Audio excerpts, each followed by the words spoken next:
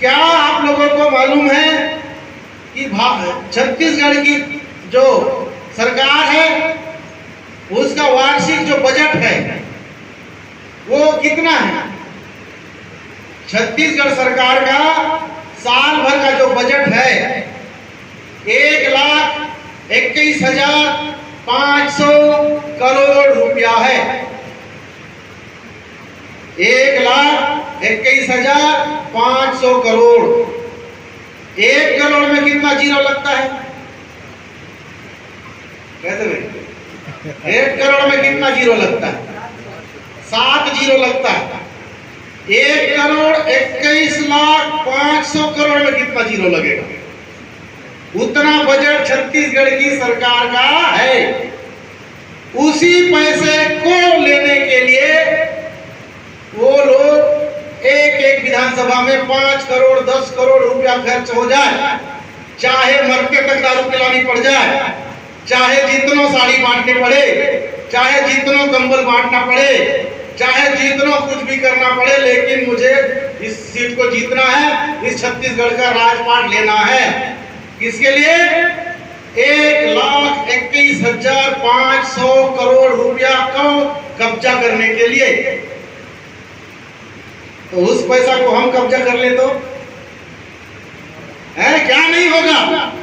ये भवन कितने का मिला? कितने में बना दिया भवन को? सरकार ने बनाया कि समाज ने? 10 लाख रुपया जो मिला है इस भवन को बनाने के लिए, वो 1,21,500 करोड़ में से मिला है।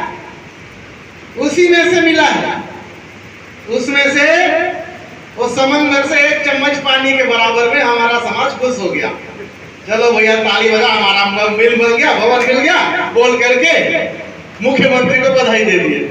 बहुत बढ़िया है, बढ़िया हैगा। हमारा मुख्यमंत्री भवन बनाने के लिए दे दिया 5 लाख, साहू समाज के लिए दे दिया 5 लाख, यादव भवन के लिए दे दिया 5 लाख। अरे तो खजाना तो उसके दे दिए हम लोग वोट दे करके हैं। अगले बार निश्चित रूप से 1.5 लाख करोड़ होगा इस साल का बजट। निश्चित रूप से इस साल का जो बजट होगा 1.5 लाख करोड़ होगा। तो उसमें से 5 लाख देना कौन सी बड़ी बात है? उसमें से 10 लाख देना कौन सी बड़ी बात है? उसमें से 1 करोड़ देना कौन सी बड़ी बात है? हैं? तो उस बजट को हम कब्जा करना चाहते हैं। उसके लिए क्या करना पड़ेगा?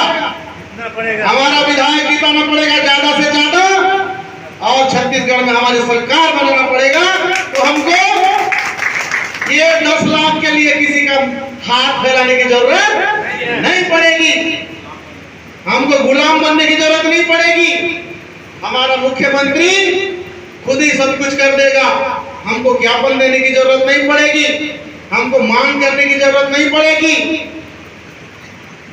आज अगर 1,21,500 करोड़ को इस छत्तीसगढ़ में 90 विधानसभा है, 90 से भाग कर दो, एक विधानसभा का कितना बनेगा? लगभग 1400 करोड़ रुपया एक विधानसभा का हिस्सा बनेगा। एक साल का, एक साल में 1400 करोड़ रुपया सारंगढ़ विधानसभा का बजट बनेगा। और उस बजट को यहाँ का कलेक्टर खर्च करता है। और कलेक्टर को उठ बोलने से उठ, बैठ बोलने से बैठ, ऐसा कौन कर सकता है? यहाँ का विधायक कर सकता है। लेकिन वो चीज हमको एहसास आज तक नहीं मिला, वो सुख नहीं मिला, हमारे विधायकों ने भी नहीं दिलाया। लेकिन इस बार हम लोग वो सुख आप लोग को दिलाना चाहते हैं कि इस देश का राजा कौन होता है? प्रधानमंत्री। राज्य का राजा कौन होता है? मुख्यमंत्री। और विधानसभा का राजा कौन होता है? विधायक। और विधायक के मार्गदर्शन में, विधायक के जानकारी में यहाँ का हर बजट खर्चा होता है। 1400 करोड़ रुपया एक विधानसभा का हिस्सा बन रहा। अगर उस 1400 करोड़ रुपया को 345 हिस्सा कर दो, यानी कि एक पोलिंग बूथ में कितना बनेगा? है कि नहीं? तो एक पोलिंग बूथ में लगभग 4 करोड़ रुपया बनेगा।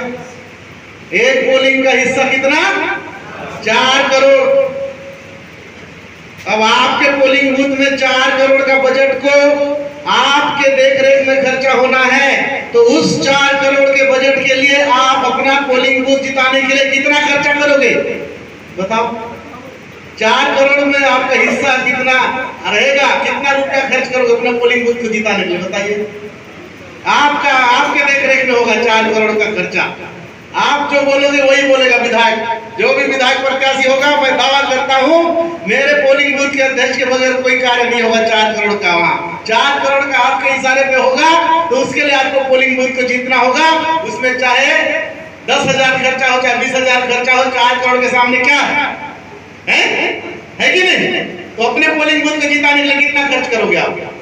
10,000 खर्च करेंगे। निकलो भाई, नोट करिए, अपना नाम बताइए, पोलिंग बूथ का नाम बताइए। शिवनंदन। अपने पोलिंग बूथ को जिताने के लिए 10,000 रुपया खर्च करेंगे और 4 करोड़ बजट जो होगा अपने पोलिंग बूथ के हिस्से का इनके देखरेख में खर्च होगा। हमारा जो भी विधायक बनेगा पोलिंग बूथ के अध्यक्ष और उस पोलिंग बूथ के नेता की जानकारी में वो खर्च होगा। ये हमारी तैयारी के साथ है। जैसा कि नारायण रत्नाकर जी ने कहा, पहले हम लोग ऐसे ही जीत गए, अपने कार्यकर्ता लोगों को पता नहीं क्या होता है क्या नहीं, ABCD। आज हम लोग सब कुछ पारदर्शी करके बताने का काम करेंगे।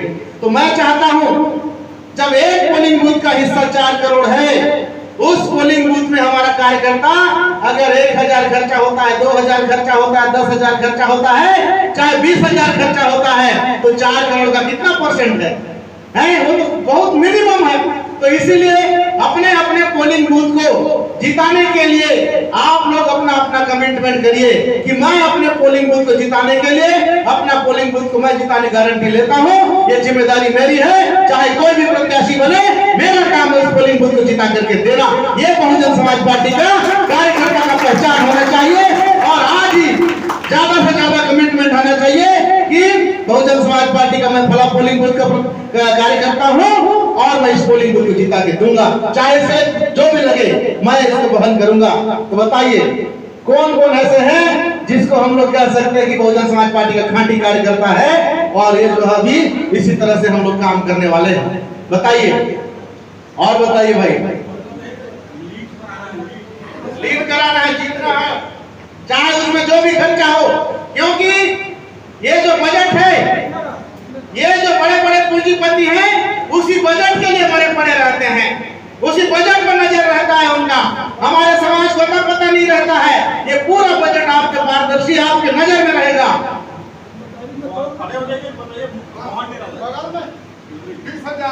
20,000 अपने पोलिंग बूथ को जिताने के लिए मोहन निराला जी खर्च करेंगे और वहां पे जो भी शासकीय जो फंड होगा उनके देखरेख में काम होगा, बिल्कुल होगा। और ये गारंटी है बहुजन समाज पार्टी का कार्यकाल में ऐसा होगा। तो मैं आप लोग से कहना चाहता हूं कि बहुजन समाज पार्टी आपकी पार्टी है, ये कोई प्राइवेट लिमिटेड कंपनी नहीं है, ये पब्लिक प्रॉपर्टी है, आप लोगों की प्रॉपर्टी है, आप लोगों की पार्टी है। आप लोग जैसा करोगे वैसे ही होगा, जैसा चाहोगे वैसे ही होगा। आप लोग जिताओगे, आप लोग ही मालिक बनने का काम करोगे। इसलिए मालिक बनना है तो अपने को कंजूसी नहीं करना पड़ेगा, अपने दिल खोल के आप लोग बताने का काम करो कि जो बजट है उसमें मेरी देखरेख में काम होगा। हम अपना पोलिंग से, अपना पंचायत से बिना खर्चा किए हम ज्यादा से ज्यादा जो भी खर्चा लगे वो भी मैं बात करूंगा। नहीं लगे, खर्चा ही नहीं लगे अपने ही आदमी है। हाँ चलिए, एक पैसा खर्चा नहीं करेंगे, एक पैसा खर्च नहीं करेंगे, ऐसे जीत जाएंगे। वो तो मेरे कहने का बात है। अगर बिना पैसा का वोट मिलेगा तो हमको कोई पैसे की जरूरत थोड़ी है। वैसे भी बहुजन समाज पार्टी को पैसे की जरूरत नहीं है। अगर एक पोलिंग बूथ में 300 कार्यकर्ता 300 वोट दिलाएंगे, 300 वोट दिलाने का काम करेंगे तो हम लोग लीड कर लेंगे। उसमें कौन सा 10,000 20,000 की जरूरत है? कोई पैसे की जरूरत नहीं है। लेकिन अपने अपने पोलिंग को जिताने की गारंटी लीजिए और उसके लिए दिल बड़ा रखिए कि जो भी खर्चा आएगा साहब वो भी मैं वहन करूंगा, चाहे 2,000 लगे चाहे 5,000 लगे। ये मैं आप लोगों से कहना चाहता हूं। और साथियों, जहां तक भारत सरकार की बजट की बात है, भारत सरकार जहां पे नरेंद्र मोदी बैठे हुए हैं, वहां का जो बजट है, वहां का बजट है 40 लाख करोड़ रुपया। 40 लाख करोड़ रुपया केंद्र सरकार का बजट है।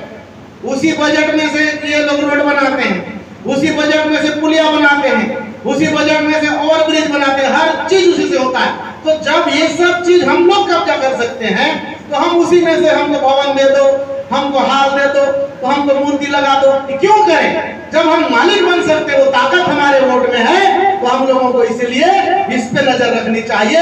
हम लोगों को छोटी छोटी लालच में नहीं, हम लोगों को इस देश के और प्रदेश के बजट में लालच रखना चाहिए, और हम लोग को मालिक बनने का सोच पैदा होना चाहिए, एक राजा की सोच पैदा होना चाहिए। ये राजा की सोच है, राजा बनने का सोच है। तो जो जो राजा बनने का सोच रखता है, अपने अपने पोलिंग को जिताने के गारंटी दे, जिताने के कमिटमेंट करे, ताकि हम निश्चित हो जाए कि आने वाले समय में चुनाव में हम लोग यहाँ पे पूर्ण बहुमत से, भारी बहुमत से जीतने वाले हैं। तो आप लोग और भी बोलिए, ताकि ये उम्मीद हो जाए कि हमारे कार्यकर्ता पूरी तरह से कमर कस चुके हैं। कोई यहाँ पर उनको लालच देने वाला हो, चाहे लाखों करोड़ रुपया देने वाला हो, लेकिन उनके लालच में मेरा भाई, मेरा कार्यकर्ता आने वाला नहीं है। तो इसलिए मैं आप लोगों से कहना चाहता हूँ कि अपने अपने पोलिंग बूथ को जिताने के लिए कमिटमेंट करिए, ताकि हम लोग उम्मीद हो जाए। जिताने के लिए लगाओ, लगेगा अपने जेब से लगाओ। चलिए भाई, ये मैं पूरी ईमानदारी और पूरे गंभीरता से बोल रहा हूं, क्योंकि हम लोग भी यहाँ कोई पैसा कमाने या लूटने के लिए नहीं आए हैं, अपने समाज को धोखा देने नहीं आए हैं। हम चाहते हैं हमारा समाज A to Z जानकार बन जाए, क्या क्या होता है सरकार में, कैसे कैसे पास होता है, बिल पास होता है, कैसे बजट पास होता है, कैसे लोग ठेकेदार बनते हैं, कैसे लोग जो टेंडर भरते हैं, हर चीज हमको सीखना है। हम लोगों को आज तक दूर रखा गया, ये सब चीज से दूर रखा गया। आज तक हमको पता चलने नहीं दिया क्या होता है, लेकिन हम अपने समाज को हर चीज को बता करके काम करना चाहते हैं। मैं भी जिताऊंगा सर, जितना भी खर्चा लगे मेरा पोलिंग को जिता कर दूंगा। हाँ, ये कुलमणि वाले जी के लिए जोरदार ताली बजाने का काम के लिए, क्योंकि साथियों हमारा विधायक आप लोगों के इशारे पे काम करेगा। आज जैसे बीजेपी और कांग्रेस का विधायक और सांसद होते हैं, वो बड़े बड़े अडानी अंबानी जैसे पूंजीपति जैसा बोलता है, वैसा वो लोग काम करते हैं। लेकिन हमारा विधायक, क्योंकि आप लोग उसको जिताने के लिए काम करोगे, आप लोग उसको जिताने के लिए पैसा देने का काम करोगे,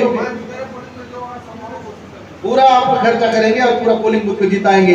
आनंद बघेल जी, ये मेरे कार्यकर्ताओं में कमिटमेंट चाहिए, ताकि हमको उम्मीद हो कि बहुजन समाज पार्टी किसी नेता की पार्टी नहीं है। चाहे बड़े से बड़े नेता भाग जाए पार्टी छोड़ के, हमारा कार्यकर्ता जब तक गांव में जिंदा है तो बहुजन समाज पार्टी को खत्म नहीं कर सकता। इसलिए ये परिचय है कि मेरा कार्यकर्ता ही मेरा पार्टी है, मेरा पार्टी को आगे बढ़ाने वाला मेरा कार्यकर्ता है, और जिताने का काम करो, लीड जिताने का काम करो।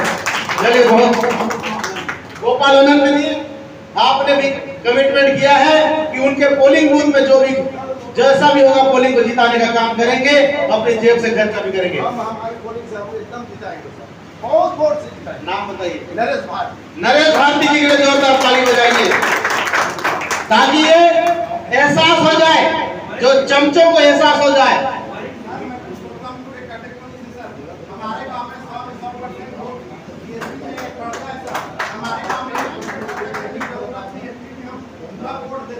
चलिए ठीक, पुरुषोत्तम पुरे जी अपने पोलिंग बूथ में जिताए, इसमें जोरदार ताली बजाकर स्वागत कीजिए। यही जो जज्बा है, यही दुश्मन लोगों को करता है। सर मेरा पूरे वोट है, 550 वोट है, 350 वोट हूँ।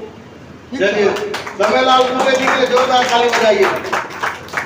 और आपको पूरा जो है उस हाँ छींद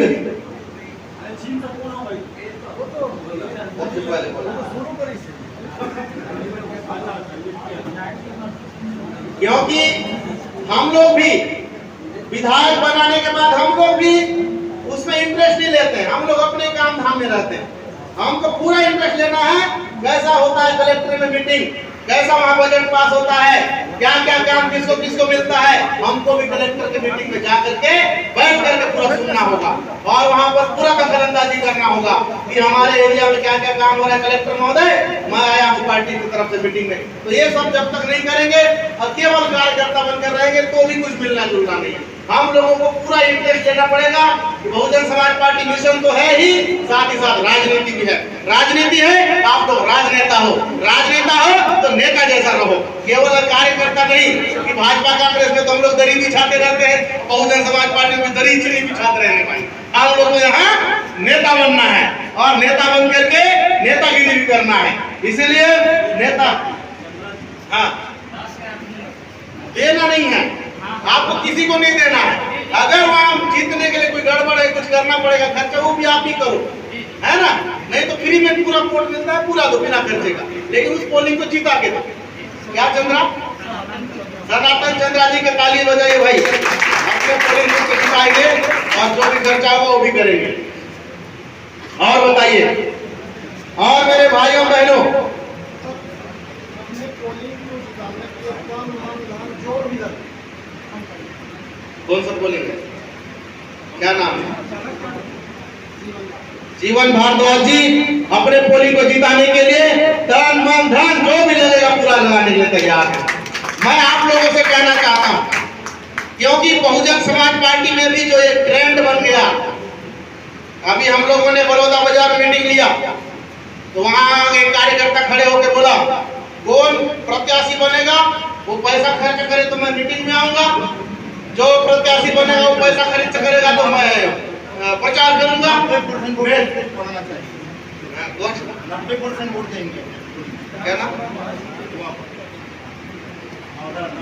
नवधा आनंद जी, रमेश अनंत और नवधा आनंद जी अपने पोलिंग में अपने पूरा लीड दिलाने का काम करेंगे, 90% वोट अपने पक्ष में करने का काम करेंगे, जो भी खर्चा है आप करेंगे।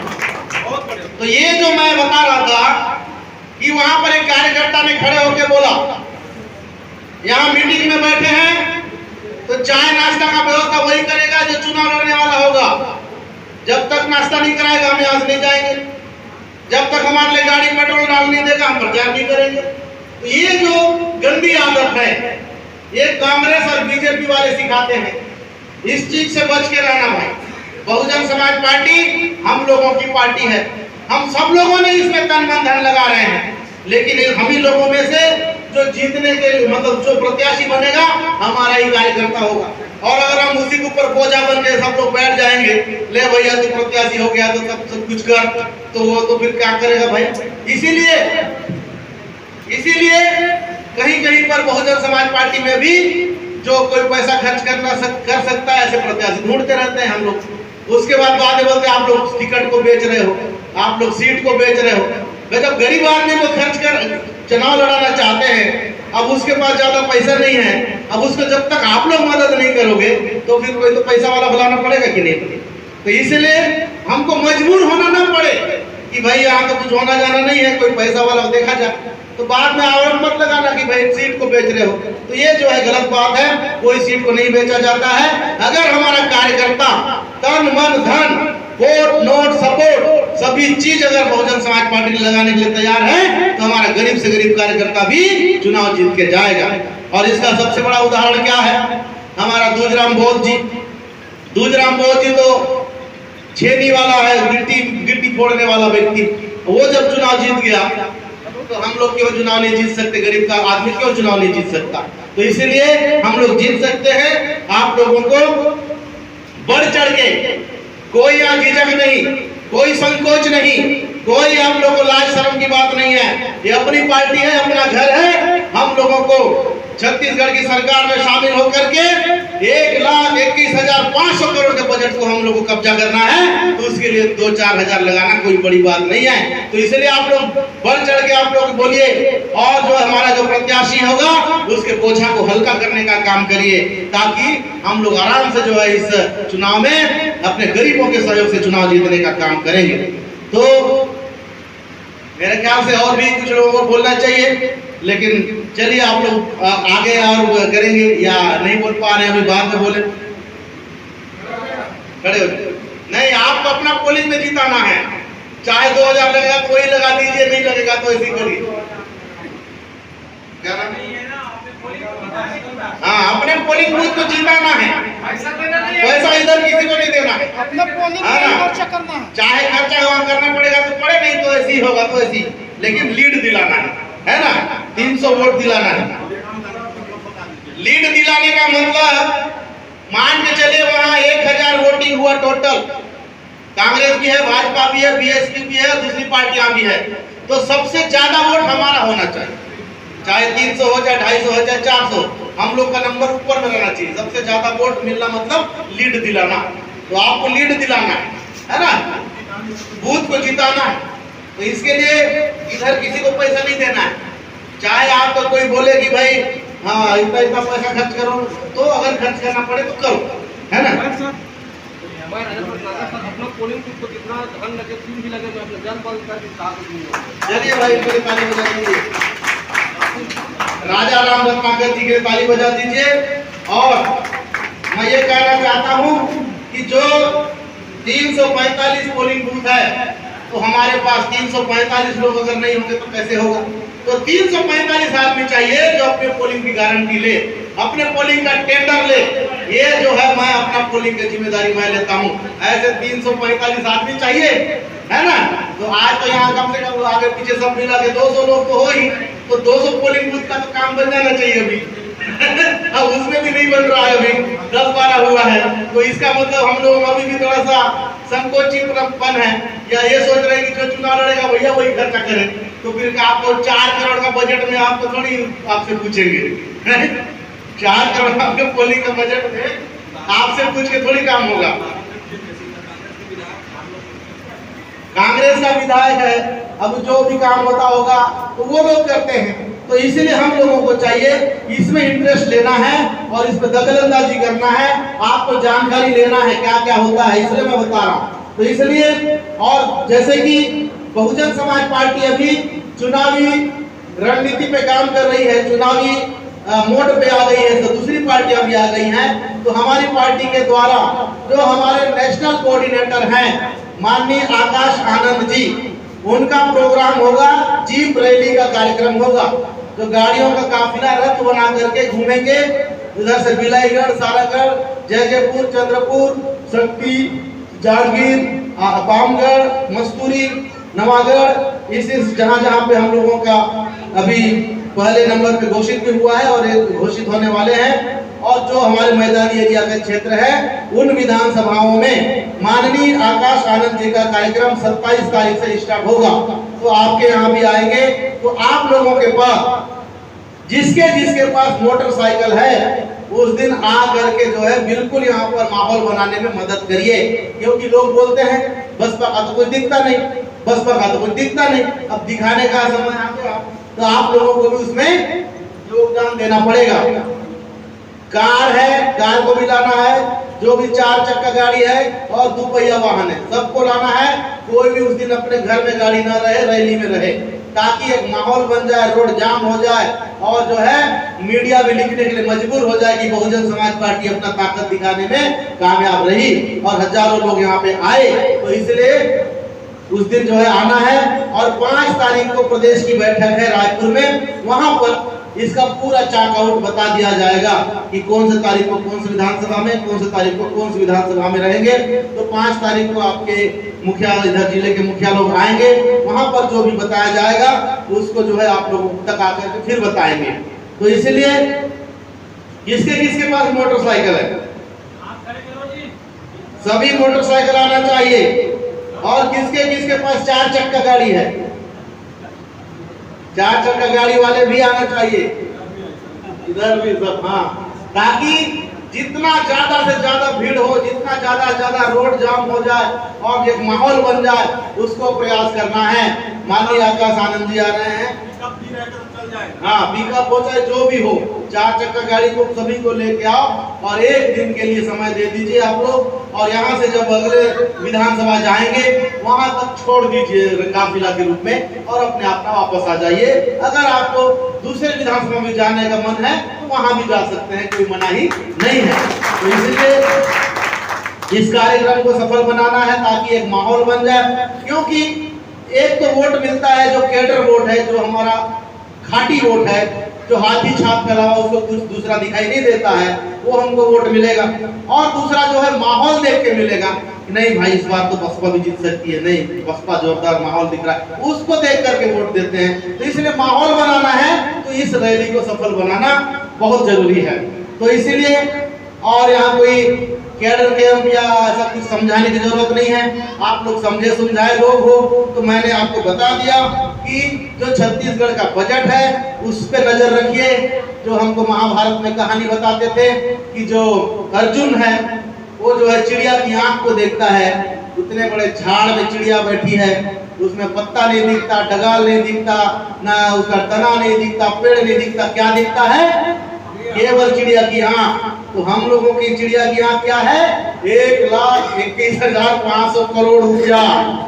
उसके सामने अगर कोई आपको आए बोले भैया मैं 2,000 दे रहा हूँ वोट को दे दो, मैं 5,000 दे रहा हूँ वोट को दे दो, मैं 10,000 दे रहा हूँ तेरा वोट को दे दे, नहीं भैया मेरे तो 1,21,500 करोड़ दिख रहा है, इसके सामने कुछ नहीं है। 10,000 इसके सामने कुछ नहीं है, मेरे को वही दिख रहा है, मुझे उसको कब्जा करना है। और जब तक मेरा विधायक नहीं जीता होगा वो मेरा कब्जा नहीं आएगा। 1-2,000 मेरे ठगने का काम नहीं करना, ये अपने समाज को बता देने का है ना। तो इसलिए समझ लीजिए कि कितने बड़े फायदे की चीज को लेने के लिए वो लोग एक तो चेप्टी और एक पीस मटन को देने का काम करते हैं। तो आप लोगों को जानना है एक तो चेप्टी और एक पीस मटन के पीछे किस चीज को छुपा रहा है। तो वो जो है वो 1,31,500 करोड़ को छुपा के रखा है। अगर एक चेप्टी और एक पीस मटन को साइड कर दोगे तो क्या दिखेगा? 1,31,500 करोड़ रुपया। तो उसको देखना है कि नहीं? उसको हमको कब्जा करना है कि नहीं? तो वो चीज करना है।